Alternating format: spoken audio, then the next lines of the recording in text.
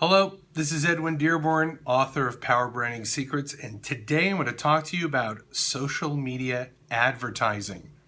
Not social media marketing, social media advertising. Yes, advertising is as live as it ever was, and social media is the way to reach your target audiences and generate more new customers. But what's the difference between social media advertising and social media marketing? Well, in truth, social media advertising really is about paying to place your content in front of your target audiences. Where social media marketing can have many applications, which is the creation of content, studying your audiences, posting your content on your various social media channels, responding to them, and really making sure that your content is contextual, meaning it fits not only the audience, but the channel that you're putting it on, because each social media channel's got a different kind of ethos or feel or kind of rules, whether they're written or unwritten, about how to communicate. But today we're going to be talking about social media advertising. Okay, I want to give you the 7 basics of what social media advertising is and how to be leveraged correctly. Now, as you know, there's a lot of people on social media. I don't have to go over the statistics. People already do that for you. But, just on Facebook alone, we've got 1.5 billion people. And YouTube, the second largest search engine. So obviously Facebook and YouTube is where we at Premier Lead Systems, a company that I'm a co-founder in, really concentrate on for our clients when it comes to social media advertising.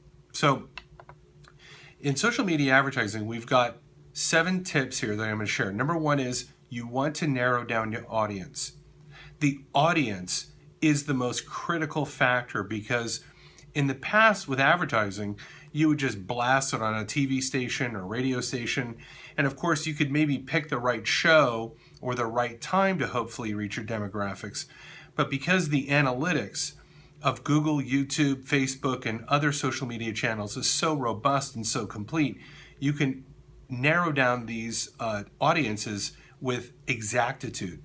And it also opens the door because of this for small businesses because they can advertise within a couple miles of their business or even within a zip code, and even within that zip code, specific people. So if they wanted to reach, 18 to 24-year-old females within a particular zip code, they can do that with social media and advertising. So it's great to be able to reach an extreme target audience. And if you want to reach an exact audience, it's going to be harder to do that through organic ways, through blogging and through keywords. Social media advertising just puts you right in front of these people, right where they're at, right when you want them, like nothing else. Point number 2 is you want to use simple but compelling visuals. You want to use visuals that people literally in a matter of a nanosecond can understand what it is and what it's about. You don't want to have too much. One of the things that I see in branding when it comes to logos, photos, websites is everybody's trying to say too much too fast or too much all in one place. And you can't be everything to everybody as a brand, and you can't be everything to everybody in one photo. So when you're using your ads, you want simple but compelling photos or videos.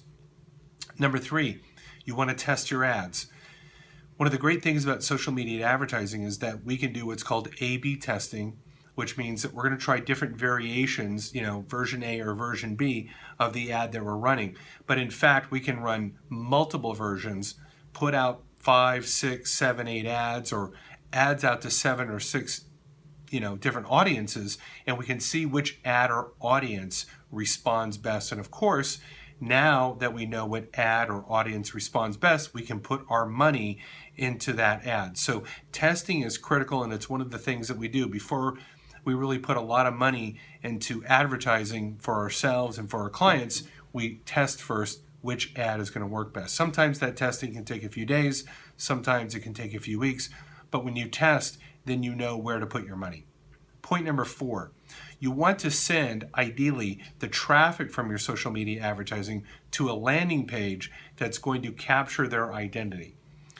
Meaning you want to send them to not your website, but a landing page, which is a simple, high call to action page, which asks them for their name, their email and or their phone number. And the reason for this is you want to offer them something of value for them to give up your identity, because really the follow-up is where the marketing begins. Grabbing their identity is just the beginning. There's a couple of ways which I'm going to go over, which the follow-up is really, really key, but you want to send them to a landing page so as to get their identity.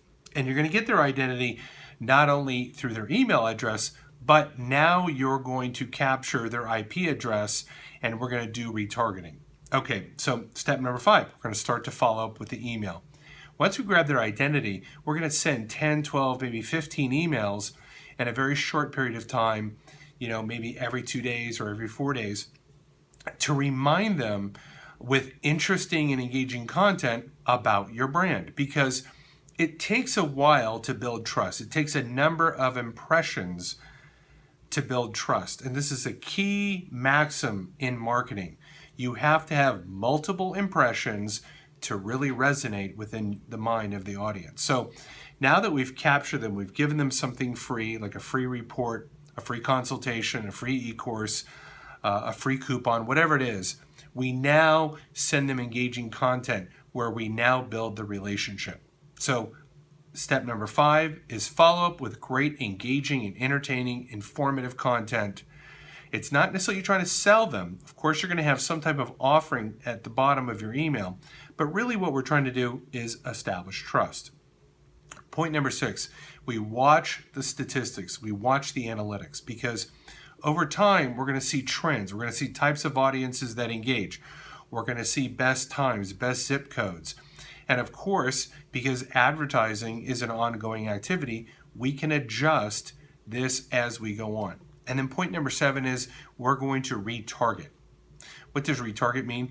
Have you ever noticed when maybe you go to a particular website, they follow you with ads? You click on a certain Amazon product, and then for days or weeks after, that Amazon product follows you no matter what blogs you go to, whether it's you go to Facebook or MSN, or you go to Fox News, or you go to wherever, that ad is following you. That's called retargeting. They've grabbed your IP address. So between the retargeting and the emails, all of a sudden now, the impression of your brand is growing and growing and growing, and retargeting is an extreme successful way to get these people to come back, because out of sight, out of mind, and these ads and these emails remind them, and it does generate traffic. It does generate people coming back to your website. It does generate people now purchasing, because it takes a number of impressions through the emails and the retargeting. Those are the 7 basics. Of course, there's a lot more involved in social media advertising, but for those who are just beginning, that really is the crux of what we do. If you have any questions, we offer a free Facebook marketing course at premierleadsystems.com. You can also reach out to me at edwindearborn@me.com. You can also follow me on Twitter at edwindearborn or Instagram at edwindear. It's been great talking to you today. Hope you've learned a little bit. Again, I stand ready to help you to grow your business by generating the best leads possible through social media advertising and through YouTube marketing. Bye-bye.